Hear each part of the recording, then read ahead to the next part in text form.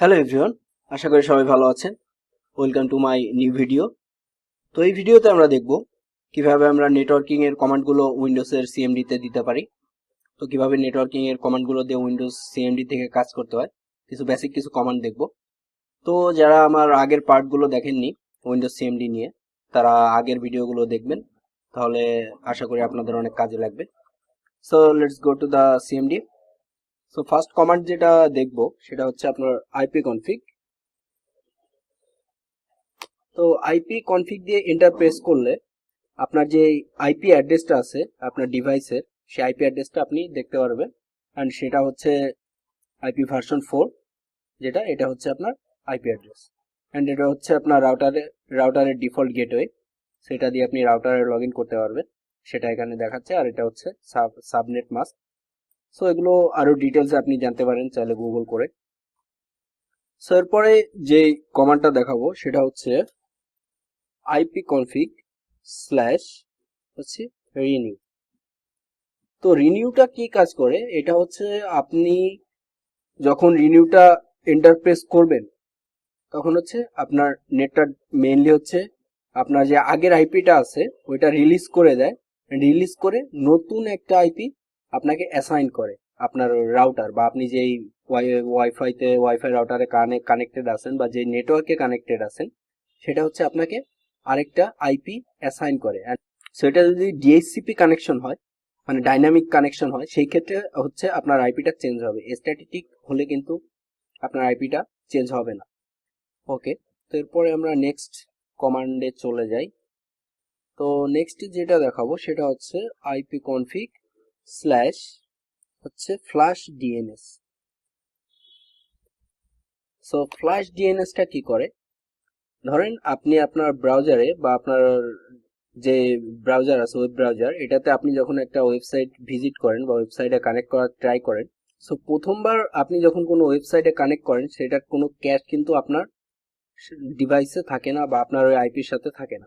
ওকে, so পরের বার যদি আপনি সেম ভাবে একটা আরেক ওই ওয়েবসাইটটা আপনি ভিজিট করতে যান, ওইটার ক্যাশ কিন্তু আপনার কাছে থেকে যায়।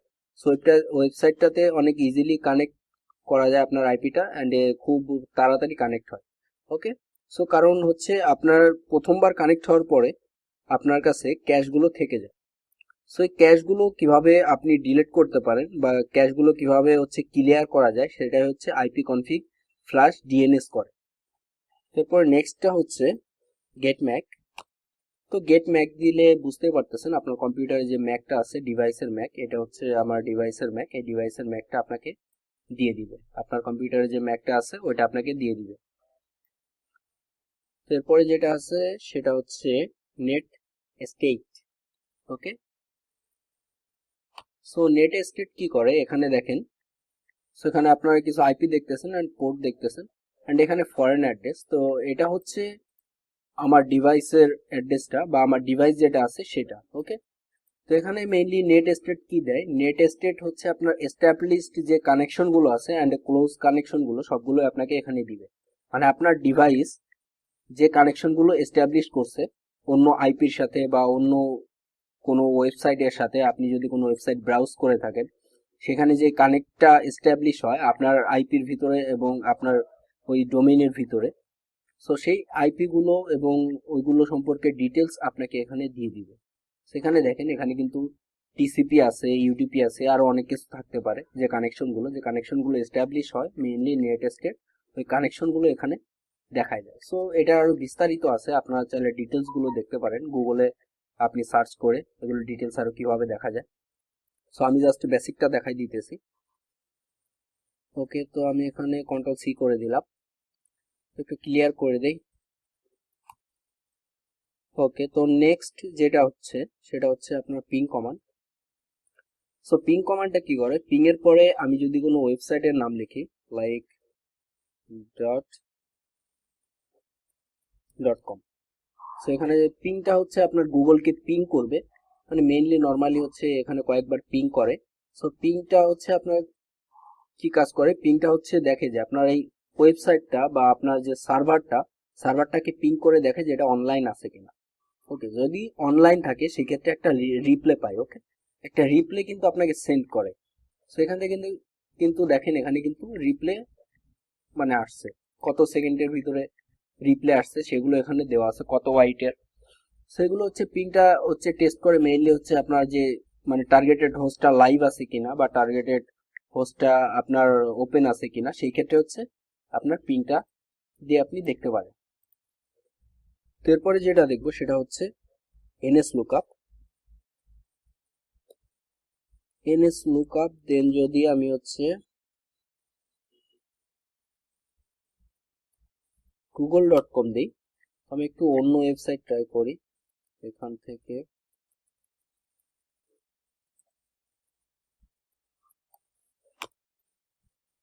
তো আমি আমার একটা ওয়েবসাইট এখানে টেস্ট করলাম এনএস লুকআপ দিয়ে। তো এনএস লুকআপটা মেইনলি হচ্ছে আপনার ওয়েবসাইটের আইপি অ্যাড্রেসটা বের করে দেয়। তো আমি একটা এই যে ওয়েবসাইটের নাম লিখলাম, এই ওয়েবসাইটে দেখেন আইপি অ্যাড্রেসটা কিন্তু এখানে শো করতেছে। তো এভাবে আপনি যদি কোনো ওয়েবসাইটের আইপি অ্যাড্রেস জানতে চান সেক্ষেত্রে আপনি এনএস লুকআপটা ইউজ করতে পারেন। ওকে, তারপরে ট্রেস রাউট। আমরা যদি ট্রেস রাউটটা ট্রাই করি,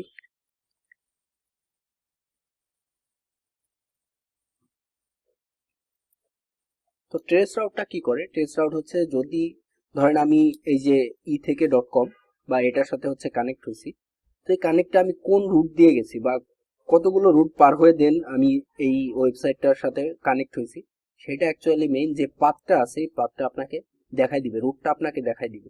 সো আমরা একটু ট্রাই করি এই আইপি অ্যাড্রেসটা দিয়ে। তো এখানে আমি আইপি অ্যাড্রেসটা লিখে দিতেছি।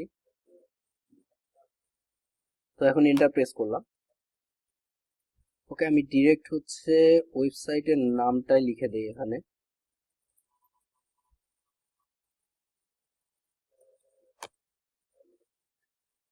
আমি সম্ভবত এখানে স্পেলিং মিস্টেক করছি, সেখানে রুট হবে না, আরটি হবে মেইনলি। ওকে, এখন কিন্তু এখানে কাজ করতেছে। এটা মেইনলি হচ্ছে ট্রেস আরটি হবে, রুট হচ্ছে আপনার সম্ভবত লিনাক্সে দেয়।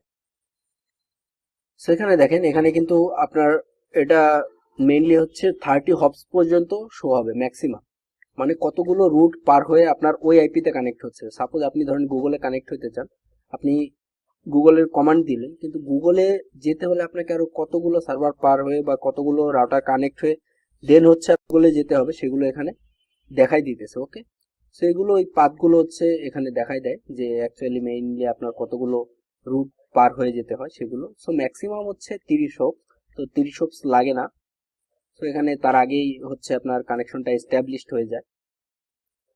তো অলরেডি 9টা কানেকশন এখানে হয়ে গেছে, তো কতগুলো রাউটার ঘুরে দেন হচ্ছে ওখানে যাইতেছে। তো আমি এখানে আর দিলাম না, জাস্ট এখানে আমি কন্ট্রোল সি দিয়ে অফ করে দিলাম। তো আপনারা চেক করতে পারেন আরো। এরপরে যেটা আছে সেটা হচ্ছে এআরপি। সো এআরপি কমান্ডটা হচ্ছে মেইনলি আপনার নেটওয়ার্কে, আপনার যে ওয়াইফাই কানেকশন আছে বা নেটওয়ার্কে আপনার যে আইপি গুলো আছে ওইগুলো নিয়ে আপনি বিভিন্ন ইনফরমেশন গ্যাদার করতে পারেন। লাইক আমি যদি শুধু এআরপি দিয়ে এন্টার প্রেস করি, তো এখানে দেখেন এআইপি দিয়ে কি কি করা যায়। এখানে হচ্ছে আপনি যদি আপনার নেটওয়ার্কে যে কানেক্টেড যে মানে আপনার ডিভাইসগুলো আছে ওই ডিভাইসগুলোর আইপি দেন ম্যাক এগুলো আপনি এখান থেকে কালেক্ট করতে পারেন। তো এখান থেকে আরো কিছু কমান্ড দিতে পারেন বিস্তারিত, আমি জাস্ট একটা দেখাই এখান থেকে। এআরপি -a যদি দেই এখানে, তাহলে দেখেন কি হবে। এখানে হচ্ছে আমার যে নেটওয়ার্ক আছে বা আমার যে রাউটার আছে, এই রাউটারের আন্ডারে যে ডিভাইসগুলো আছে এখানে সেই ডিভাইসগুলোর IP address and physical address means হচ্ছে ম্যাক, সেগুলো কিন্তু এখানে শো করতেছে। তো আপনি চাইলে এভাবে এই আইপি অ্যান্ড ফিজিক্যাল অ্যাড্রেস ম্যাকগুলো আপনি এখান থেকে বের করতে পারেন। সেগুলোই ছিল আজকের জন্য আমার নেটওয়ার্কের কমান্ড। সো নেটওয়ার্কিং এর আরো কমান্ড আছে, এগুলো যদি আপনারা জানতে চান সেই ক্ষেত্রে আপনারা গুগল করতে পারেন। তো আজকের মতো ভিডিও এই পর্যন্ত। তো দেখা হবে নতুন কোনো ভিডিওতে। ভালো থাকবেন সবাই, আল্লাহ হাফেজ।